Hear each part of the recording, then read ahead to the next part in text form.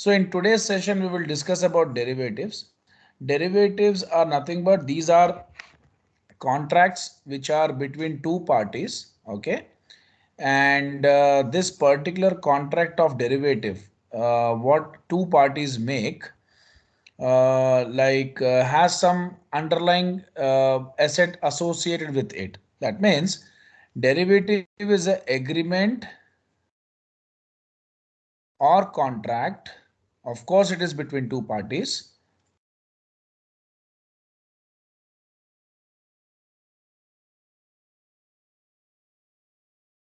And it derives its value from the underlying asset.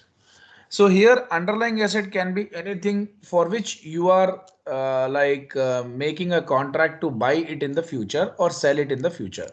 So the agreement here or the contract between two parties is like party 1, that is A, party 2, that is B. Party A is the buyer and party B is the seller, or vice versa, anything, and they make a contract between each other as per which buyer wants to buy something from the seller. Let's say he wants to buy foreign currency like dollar, and he why he wants to buy dollars, he wants to visit United States of America. For that he wants to buy dollar as on today. Now why is he doing that? The first question is, why is he doing that? He can buy those dollars in the future even when he wants to go. As Mr. A's visit is scheduled after 3 months, he can definitely buy dollars after 3 months. But why is he buying the dollars today? The reason for that is he wants to hedge his risk, what which is associated with the foreign currency exchange, that is exchange rate risk. Okay, that means Mr. A is of the opinion that as the US dollar in today's scenario is every year, okay, sorry, not every year, as we see the US dollar is on daily basis appreciating against rupee. That means US dollar is becoming more and more costlier when compared to rupee. So Mr. A thinks that after 3 months, $1 would be around 85 to 90 rupees. Okay.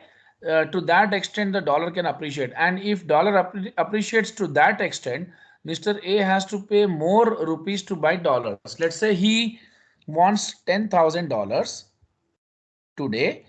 It is like he has to pay 8 lakh rupees for that. Okay, he has to pay 8 lakh rupees for $10,000. But let's say after 3 months, if he wants to buy the same $10,000, he has to pay 9 lakh rupees. So like he's paying 1 lakh extra for the same amount of dollars.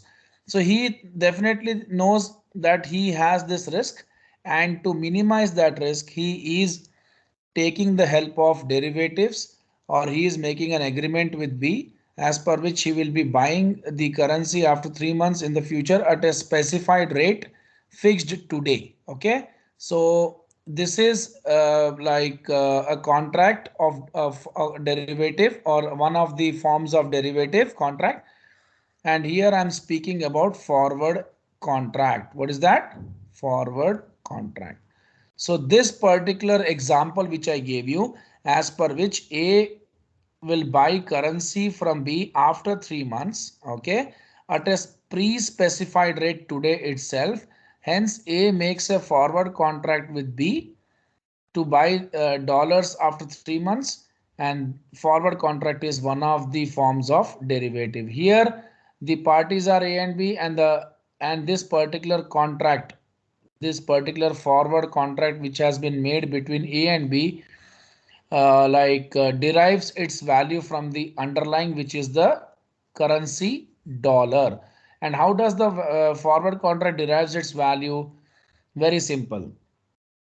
So today the price of dollar is 80.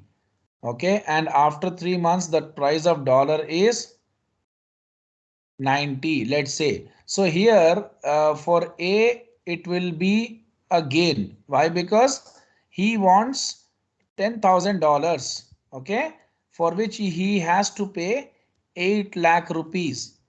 Okay, because $1 is 80. So for $10,000, you have to pay 8 lakh rupees. You can divide 8 lakhs, you can divide 8 lakhs with 10,000. You'll know $1 is how much. So since he has to pay 8 lakhs for $10,000 today, and after 3 months he has to pay 9 lakh rupees for $10,000, he makes a forward agreement. He makes a forward contract with B. Okay, as per which he fixes the rate of $1 is equal to 83 rupees. Okay, he has fixed this because in forward contract you fix the price today itself.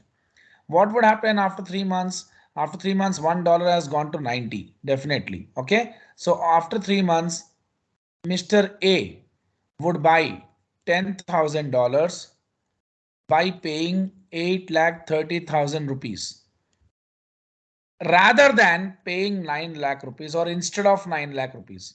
So here, what is the saving Mr. A has made? A has made a gain of 70,000 rupees, or saving of 70,000 rupees, which he wouldn't have saved if he wouldn't have made the forward contract with B.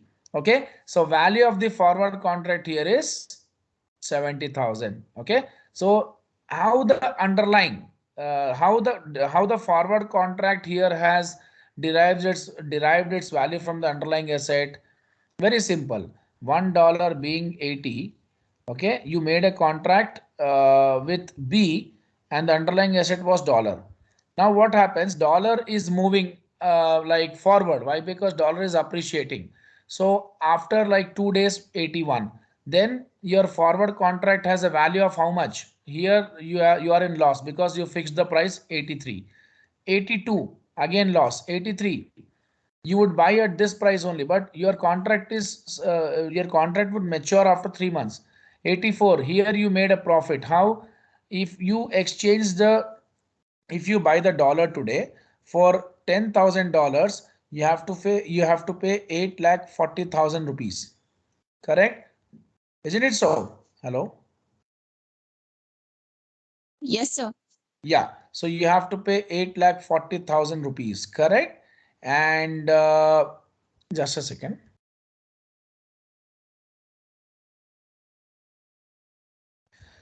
So you have to pay 8,40,000 rupees, and the value of the forward contract is how much? Here, since you fixed the price 83 and the current price is 84, okay, you made a profit of 10,000 rupees. How? Because 8,40,000 is what you were supposed to pay if you would have not made any contract with Mr. B. Okay, since you made a contract with Mr. B, you would still buy the dollar at 8,30,000 rupees. Okay, instead of 8,40,000. So value of the forward contract is 10,000. In this way, if it becomes 8,50,000, the value of the forward contract is 20. For 86, it becomes 30. For 87, it becomes 40. For 88, it becomes 50. For 89, it becomes 60. For 90, it becomes 70. Okay, so in this way, the forward contract value can be derived. So hedging is nothing but minimizing your risk. And one of the examples which I gave you for hedging is by making forward contract, the future exchange rate risk has been minimized. Why? Because if Mr. A wouldn't have made a contract with Mr. B and wouldn't have fixed the price 83 rupees for $1, if he wouldn't have fixed this price, you see that after 3 months $1 is 90. So he would have paid 90 only instead of buying the dollar for 83 rupees. So 7 rupees is clearly saving. Otherwise he would have paid 10 rupees extra per dollar, or 1 lakh. See, 80,000, 8 lakhs you would have paid now for $10,000 today. But after 3 months you are paying 9 lakh dollars. If okay, for $10,000. Sorry, 9 lakh rupees for $10,000. So you are almost paying 1 lakh rupees extra to buy $10,000. Okay. Okay. if you don't make any contract, or if you don't make any forward contract with Mr. B. So since forward contract has been made, you you would have incurred a loss of how much? 1 lakh. Okay. You would Yes, have sir. incurred a loss of 1 lakh, 1 lakh, but now you are incurring a loss of, 30,000. but why? Today you would have paid 80. Okay. And after 3 months it is 90, let's say, but you fixed it for 83. So you are paying only 3 rupees extra for dollar, correct? Isn't it Yes. so? And saving 7 rupees. That's it. Otherwise you would have paid completely 10 rupees. Okay. So 3 rupees you would have paid, or you are paying extra instead of 10 rupees. So you are saving how much? 7 rupees. That is your gain. That's it. So in the other way, you have futures also. Okay. So I will just write all the derivatives here. So forward contracts is done, and some important terminologies I'll explain you. A and B. A is long here in the forward contract and B is short here in the forward contract. That means A has taken a long position in forward contract. That means A will buy something which he mentions in the contract at a pre-specified price or pre-fixed price today itself. And B will sell the same item to A what they have agreed as per the agreement at that price only what A has fixed. Okay. So in this what would happen is B takes a short position. And see, derivative is always a zero sum game. Derivative is a zero sum game.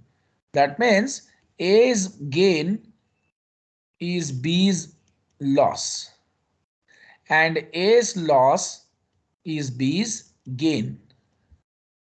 That means long's gain is short's loss, or short's gain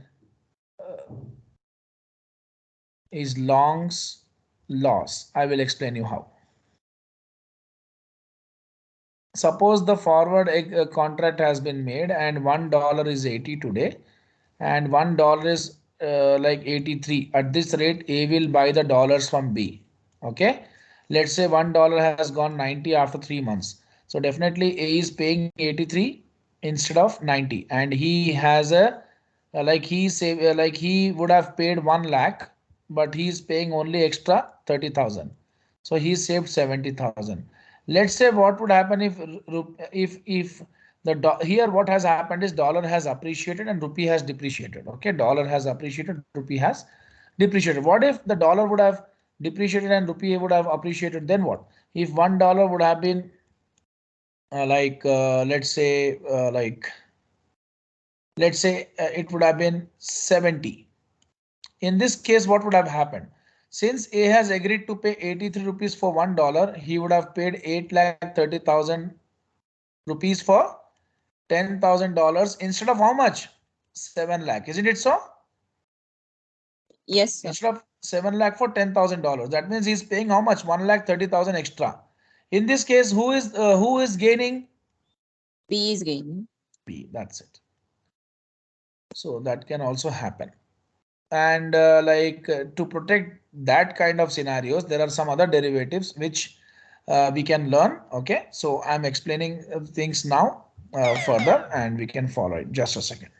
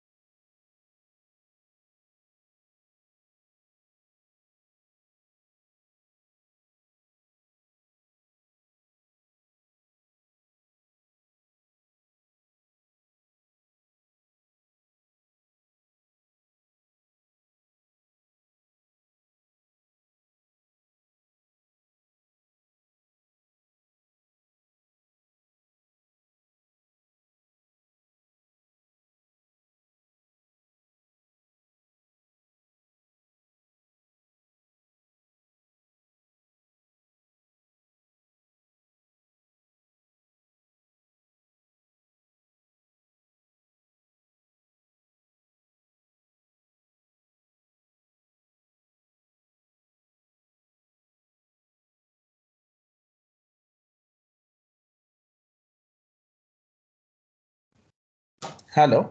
Yeah. So now what we'll do is we'll just try to discuss about forwards and futures, the differences between forwards and futures. See, it's like very simple. See, forward contract and future contract are almost similar.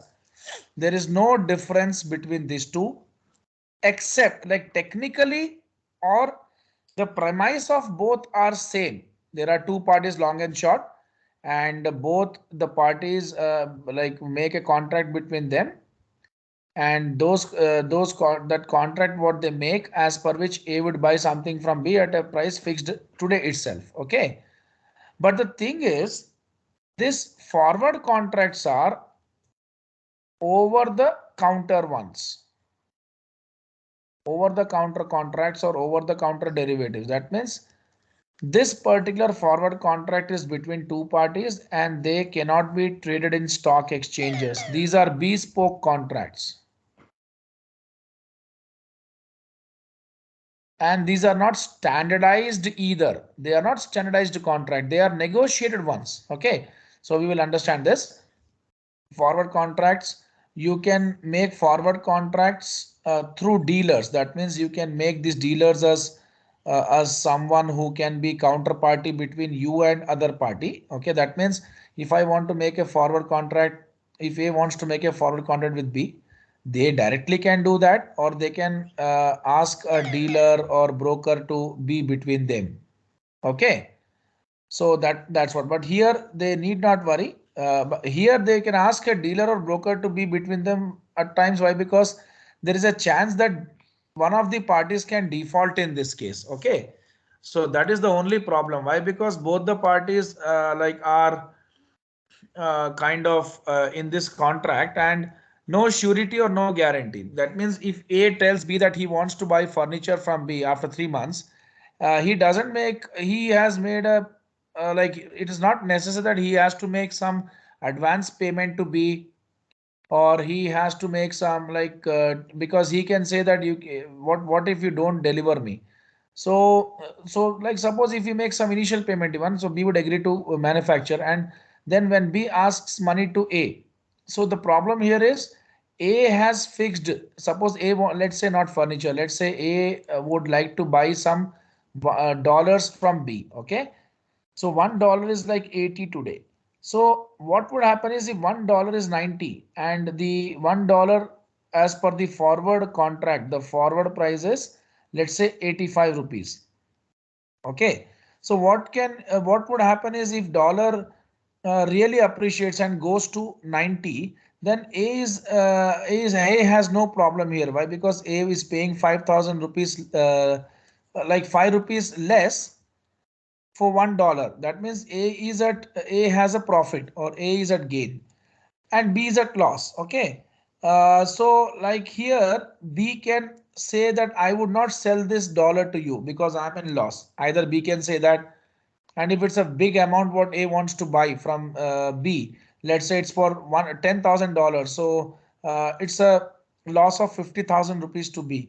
So B can deny, or else say if $1 goes to 70, then it's a loss for A. And if A denies that he won't buy the dollars from B, then again it's nothing but breach of contract. So either parties can default. So to save these kind of default, they can ask dealers or brokers to be between them and facilitate this.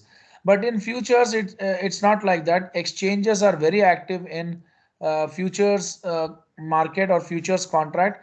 All the futures contracts which are made between the parties are exchange traded. They trade in the stock exchange. Okay, that means if A and B are two anonymous people and they can trade through electronic trading platform these days, Zerodha and all, like people trade online, isn't it so? So there are many futures available, like suppose this is the month of July, let's say. So they can get September futures, they can get October futures, they can get August futures. That means already contracts have been made between parties, and those contracts are trading at some price in the stock market, isn't it so? So since these are exchange traded, anyone can buy them, anyone can sell them, and the prices can go up based upon the market demand and supply. Got it? Hello? Yes, sir. Yes, Arina. You're understanding now what I'm saying Yes, yes. clearly? Yeah. I'm getting, sir. Yeah, this cannot be traded in the secondary market because it is not exchange traded, and this can be traded in secondary market. It can change 10, it can be traded like one party can, like I can buy some futures contract and I can sell at higher price, let's say after five days or 10 days, because these are exchange traded. Every day the prices can increase or decrease. Okay, so if it increases, if I am in profits, I can sell it. If that's what. So if it is going very down, the price is declining, like there's a high decline in the price, let's say. So to minimize my losses, I can try to like reduce my losses by selling, uh, selling. Suppose let's say if I have made a contract to sell at 100 and the price has gone to it was a long futures. Okay, long futures. Long future means I have made a contract to buy. Suppose let's say I'll give an example. Suppose I have made there's a futures available for 100 rupees, that is SBI stock. So I have taken a long position in SBI futures. That means I have bought SBI futures contract which is trading at 100 today. I expect this to go to 120 after 3 months. Definitely from tomorrow onwards it will start going up. Let's say if it starts going really up. So it has gone to 105. So if I want, I can sell it immediately after 5, 10 days or 15 days or 20 days if it goes like that. So why? Because my contract is at 100 and if it goes to 105, I can easily sell. I can make a book a profit of 5. Or if it goes to down to like let's say 95, or I can immediately sell it, like I can restrict my loss to 5 rupees. I can do that. Okay, that can happen in the futures contract or futures market.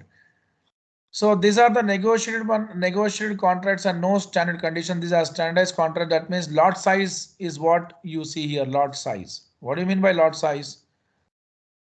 In forward and in futures, there's a difference. In forwards, there is like no compulsion that you have to buy some lot.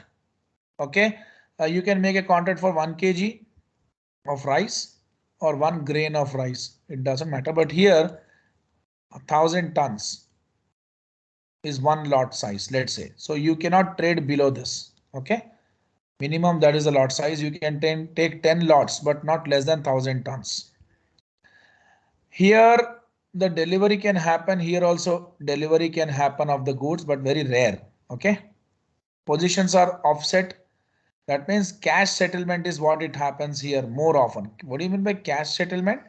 That means the differential, let's say like 1,000 tons is what it costs, let's say 10,000 rupees. So I have taken a futures contract which is trading at 10,000 rupees. Okay, and let's say it has gone to 12,000. So I'm not going to deliver anything to. When I bought this 1,000 tons of rice, the seller is not going to deliver anything to me. Okay, it is just cash settled. That means he is going to lose 2,000 because I am gaining 2,000. Okay, and 2,000 from his account would be deducted and it will be credited to my account. Fine, got it? Hello? Yes, sir. Yeah.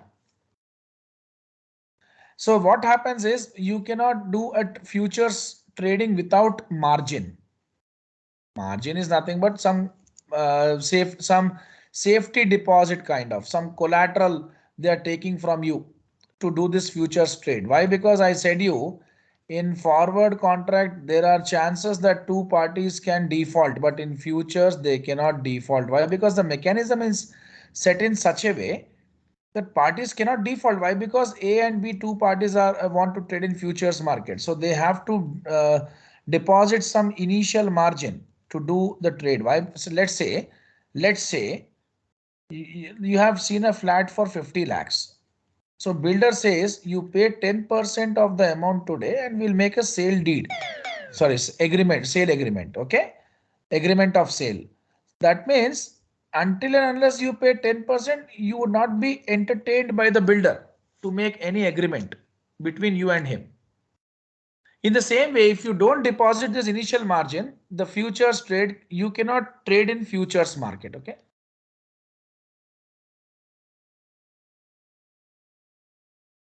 You cannot trade in futures market. So like both the parties have to deposit the margin amount in their account. They have to maintain some margin amount in their accounts.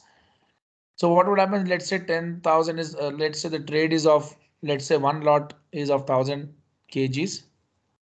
And the amount is, let's say 1 lakh for this. So they'll ask you to maintain 10% of this trade as a margin in your account. So 10,000 is what these guys keep in both their accounts, and this guy is gaining 2,000 rupees. Let's say that will be deducted from B's account. Okay, so B's account will be cash settled. So 2,000 less from B. Now his account is 8,000. It has 8,000 and that will be added to A's account. Now A has 12,000. Okay, that's what it happens.